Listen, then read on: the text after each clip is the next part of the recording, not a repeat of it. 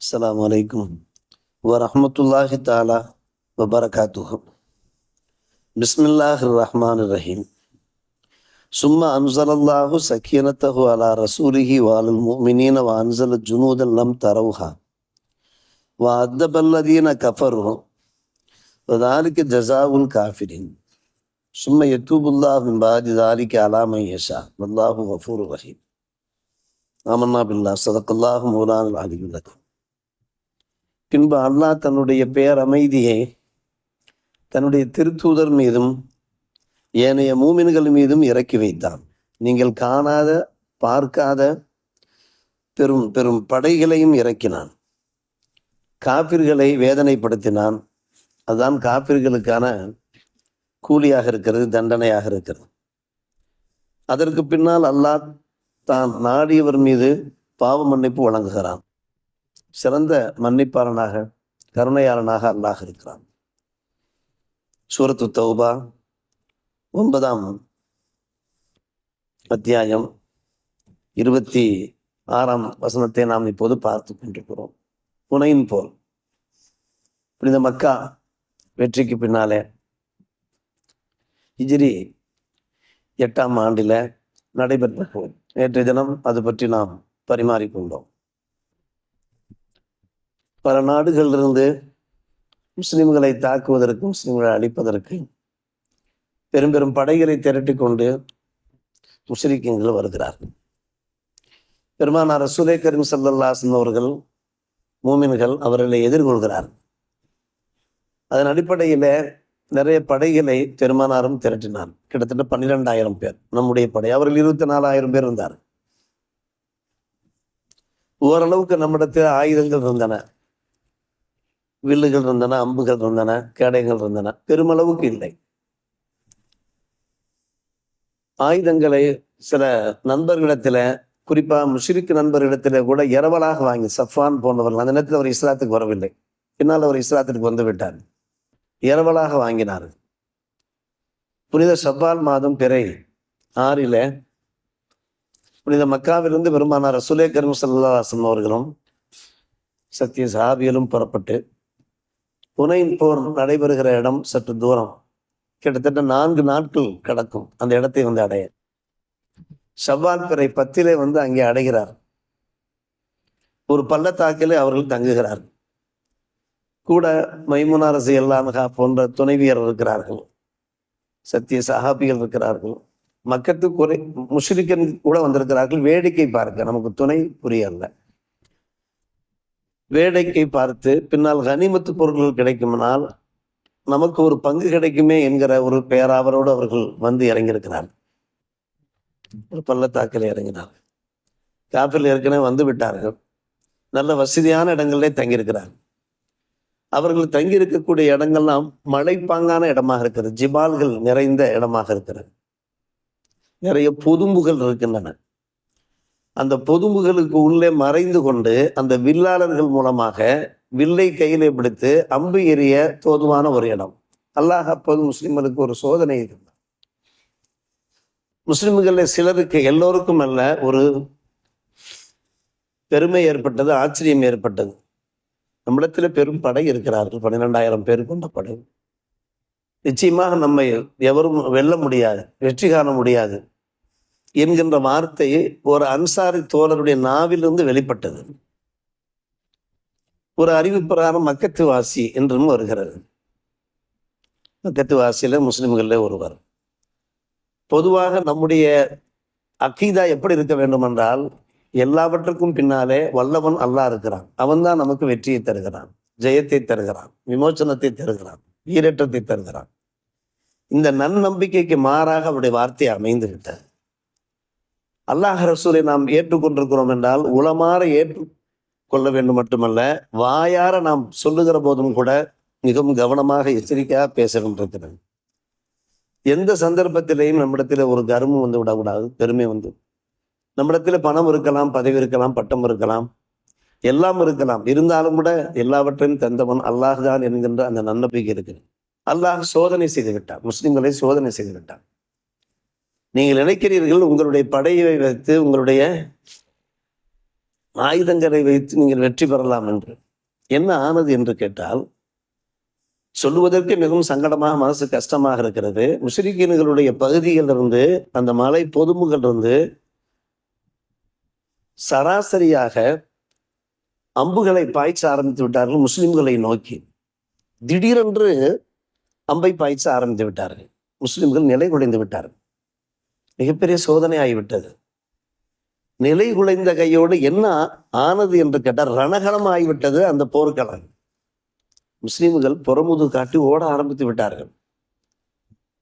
முஷ்ரிக்கீன்களை எதிர்த்து நிற்கிற போது எவ்வளவு வீரத்தோடு தீரத்தோடு நிற்க வேண்டும். போர்க்களம் சென்று விட்டாலே, போர் உக்கிரமமாக நடந்தாலே புறமுதுகு காட்டி ஓடுவது என்பது பெரும்பாவங்களிலே ஒரு பாவம். ஆனால் அவர்களால் சமாளிக்க முடியவில்லை. இதோ குரானிலே அல்லாஹ்வே பேசுறான், சும்மா வல்லைத்து முதுபிரின் என்று அல்லாஹ் சொல்லுகிறான். இங்கே திகைப்பு ஏற்பட்டு விட்டது. சத்திய சஹாபிகள் பலர் இருக்கிறார்கள். பெருமானார் ரசூலே கரீம் ஸல்லல்லாஹு அலைஹி வஸல்லம் அவர்களே முக்கியமான சஹாபிகள் சுற்றி வளைத்து கொண்டார்கள். எதிரிகள் மூலமாக அவர்களுக்கு எந்த ஒரு தீங்கும் ஏற்பட்டு விடக்கூடாது, அப்படி உயிருக்கு ஆபத். அபூபக்கர், உமர், அப்துல்லாஹ் பின் மசூத் ரலியல்லாஹு அன்ஹு, அப்பாஸ் ரலியல்லாஹு போன்ற மிகப்பெரிய சஹாபிகளும் சுற்றி வளைத்து கொண்டார். பெருமானார் ரசூலே கரீம் ஸல்லல்லாஹு அலைஹி அவர்கள் முஸ்லிம்கள் ஓடிக்கொண்டிருக்கிற முஸ்லிமை பார்த்து, முஸ்லிம்களே, மூமின்களே, என்னுடைய உம்மத்துமார்களே, திரும்பி வாருங்கள், திரும்பி வாருங்கள், நான் அல்லாஹுடைய தூதராக இருக்கிறேன், அல்லாஹுடைய அடியானாக இருக்கிறேன், திரும்பி வாருங்கள் என்று குரல் கொடுக்கிறார்கள். அந்த குரல் எந்த அளவுக்கு சென்று அடைந்ததோ, அப்பாஸ் ரலியல்லாஹு அவர்களை அழைத்தார்கள். வக்கான சையித் என்று வருகிறது. அவருடைய குரல் இருக்கிறதே கம்பீரமான குரலாக இருக்கும், பலமான குரலாக இருக்கும். அவர் குரல் கொடுத்தார் என்றால் கிட்டத்தட்ட 8 மைல் வரை சென்றடையும் என்று வருகிறது கிதாபுலே தப்சீர்கள்ல. அப்பாஸ் ரலியல்லாஹு இடத்துல சொன்னார்கள், நண்பர்களை அழையுங்கள், குரல் கொடுத்து அழையுங்கள், உங்களுடைய இந்த கர்ஜனை மூலமாக நீங்கள் அழையுங்கள் என்று சொன்ன போது அப்பாஸ் ரலியல்லாஹு அவர்கள் குரல் கொடுத்தார்கள், நண்பர்களே, நண்பர்களே, திரும்பி வாருங்கள், திரும்பி வாருங்கள். அந்த சப்தம் எல்லாருடைய காதையும் சென்று சேர்ந்து விட்டது. அத்தனை பேருடைய காதையும் சென்று சேர்ந்து விட்டது. சென்ற அந்த சஹாபிகள் பாருங்கள், ஈமானை பாருங்கள். அந்த கன்று இருக்கிறதே, அது தம்முடைய தாய் மாட்டை நோக்கி ஓடி வருவதை போன்று வெகு வேகமாக அவர்கள் போர்க்களம் நோக்கி திரும்பி வந்து விட்டார்கள். சிதறி ஓடியவர்கள் ஒரு நொடியிலே அவர்கள் சுதாரிக்கிறார்கள். சுதாரித்து எல்லோரும் வந்து விட்டார்கள். வந்த வேகத்திலே அவர்கள் தங்களுடைய வீரத்தை காண்பிக்க ஆரம்பித்தார்கள். அல்லாஹுடைய பேரருள் என்றுதானே சொல்லணும், அருள் என்றல்ல, பேரருள் என்றுதானே சொல்ல வேண்டும். நம்மிலே பலர் நல்ல வில்லாளர்கள் இருந்தார்கள். எதிரிகளை நோக்கி வில்லை வைத்து அம்புகளை பாய்ச்ச ஆரம்பித்தார்கள். எதிரிகள் நிலை குலைந்து போய்விட்டார்கள். ஒரு நேரத்திலே எதிரிகளை பார்த்தால் ஒரே இருட்டு போல் இருந்தது. காரணம், அவர்கள் பல்லாயிரக்கணக்கான மக்கள் இருந்தார்கள். 40,000 ஆடுகளோடு வந்திருந்தார்கள், ஆயிரக்கணக்கான ஒட்டகைகளோடு வந்திருந்தார்கள், பெண்களை 6000 பெண்களை அழைத்து வந்திருந்தார்கள்.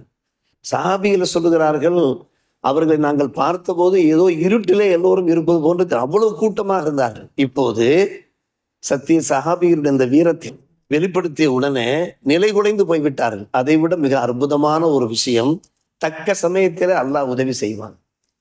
அல்லாஹ் ரப்பல் ஆலமீன் மலக்குமார்களை இறக்கி வைத்தான். நீங்கள் காணாத படைகளை நம்மால் பார்க்க முடியாது. நீங்கள் காணாத எறும்புகள் மொய்ப்பது போன்று மொய்த்திருந்தார்கள். கிட்டத்தட்ட எத்தனை மலக்குமார்கள்? 5000 மலக்குமார்கள். புரிந்த பதில் போர்க்களத்துல எப்படி 5000 மலக்குமார்களை கொண்ட டிவிஷனாக கூட்டமாக வந்து அந்த மூமின்களுக்கு சப்போர்ட்டாக நின்றார்களோ, அதே போன்று 5000 மலக்குமார்கள் வந்து இறங்கினார்கள். நிறைய முஷ்ரிக்கீன்கள், எதிரிகள் கொல்லப்பட்டார்கள். கிட்டத்தட்ட 6000 பேர் அரெஸ்ட் ஆனார்கள். நிறைய வெள்ளிக்கட்டிகள் கிடைத்தன. ஆடுகள் மட்டுமல்ல, ஒட்டகையில் நிறைய கனிமத்து பொருள்களாக கிடைத்தன. அல்லாஹ் ரப்பல் ஆலமீன் வெற்றியை தந்து விட்டான். முனைன் பொருளை வெற்றியை தந்து விட்டான். ஒரு மனுஷனத்திலே எந்த அளவுக்கு ஈமான் இருக்கிறதோ, இறை விசுவாசம் இருக்கிறதோ, நம்பிக்கை இருக்கிறதோ, அதற்கு தக்கவாறு அல்லாஹ் உதவ தயாராக இருக்கிறான் என்பதற்கு இந்த சம்பவம் ஒரு சிறந்த எடுத்துக்காட்டாக இருக்கிறது. அருமை சகோதரர், துல் என்கிற ஒரு வெண்மையான கோவை இருக்கிறது. அதில் தான் பெருமானார் ரசூலே கரீம் ஸல்லல்லாஹு அலைஹி வஸல்லம் அமர்ந்திருந்தார்கள். இடையில என்ன செய்தார்கள்? பெருமானார் ரசூலே கரீம் ஸல்லல்லாஹு அலைஹி வஸல்லம் அவர்கள் புனித மக்கா டு மதீனா ஹிஜ்ரத்து புறப்படும் போது சில கூழாங்கற்களை எடுத்து எதிரிகள் நோக்கி எரிந்தார்கள் அல்லவா, அதே போன்று வெண் கற்கள், அந்த கற்களை எடுத்து எதிரிகளை நோக்கி எரிந்தார்கள். துவா கேட்டார்கள், அல்லாஹ்விடத்திலே துவா கேட்டார்கள், யா அல்லாஹ், நீ வாக்களித்ததை அல்லாஹும்ம அன்ஜிஸினி மா வஅத்தனி, நீ வாக்களித்திருக்கிறாய், எங்களுக்கு வெற்றி தருவதாக, அந்த வெற்றியை உடனடியாக தாரலா, நீ சிறந்த கிருபையாளன், சிறந்த மன்னிப்பாளன் யா அல்லாஹ் என்று அவர்கள் துவா கேட்டார்கள். அந்த துவா அங்கே படித்து விட்டது. அன்பான பெருமக்களே, அந்த வெண்பொருள் பொடிகள் இருக்கிறது அல்லவா, அது எதிரிகளுடைய கண்களை சென்று தாக்கியது. கண்களை மட்டுமல்ல, வாயெல்லாம் சென்று சேர்ந்து விட்டது. பிஸ்மில்லா என்று அவர்கள் எரிகிற போது எல்லா எதிரிகளையும் சென்று, அந்த எதிரிகள் பின்னால் சொல்கிறார், சல சல சல சல என்று ஒரு சப்தம் கேட்டது. பார்த்தோம் என்றால் எல்லாமே எங்களுடைய கண்களை தாக்கி விட்டது, நாங்கள் நிலை குலைந்து போய்விட்டோம் என்று கூறுகிறார்கள். இதெல்லாம் அன்பான பெருமக்களே ஹுனைன் போர்க்களத்தில் நடைபெற்ற, அதான் நேற்று நாம் சொன்னோம், ஹுனைன் போர்க்களத்தில் எதிர்பாராத சில நிகழ்வுகள் நடந்தன, எதிர்பாராத சில விசித்திரங்களும் வினோதங்களும் நிகழ்ந்தன. அதுதான் இந்த விசித்திரங்கள், இந்த வினோதங்கள். அல்லாஹ் கூறுகிறான் பாருங்கள், சும்மா அன்ஸலல்லாஹு ஸகீனத்தஹு, இப்ப அல்லாஹ் தம்முடைய அமைதியை இறக்கினான் அலா ரசூலிஹி வலல் மூமினின், மூமின்கள் என்கிற அந்த உயர்ந்த பட்டம் அந்த சஹாபிகளுக்கு கிடைத்தது. அன்ஸல ஜுனூதன் லம் தரவா, நீங்கள் பார்க்காத பெரும் பெரும் படைகளை எல்லாம் அல்லாஹ், அந்த படைகள் யாரும் மலக்குமார்கள் தான், அந்த ஜுனூதை கொண்டு முறாது மலக்குமார்கள் தான். வாத்தபல்லது கப்பருவது ஆலிக்க ஜசாவுல் காஃபி. இதனிடையே சில நண்பர்கள் சில வார்த்தைகள் பேசிவிட்டார்களவா, அந்த இறை விசுவாசத்துக்கு நன்னம்பிக்கைக்கு எதிராக, சும்மா எத்துமுல்லாம் என்பது அன்னைக்கு அல்லாஹ் அதையும் தௌபா செய்து விடுகிறான். அவர்கள் பேசியதை அல்லாஹ் மன்னித்து விடுகிறான். காரணம், நான் சிறந்த மன்னிப்பான், சிறந்த கருணையாளன், நான் பார்ப்பது உங்களுடைய உள்ளத்திலே இருக்கக்கூடிய அந்த தவக்குள், அந்த ஈமானைத்தான் பார்க்கிறேன் என்கின்ற இந்த அற்புதமான சம்பவத்தின் மூலமாக கிடைக்கிற படிப்பினைகளை நாம் உள்வாங்குவோமாக.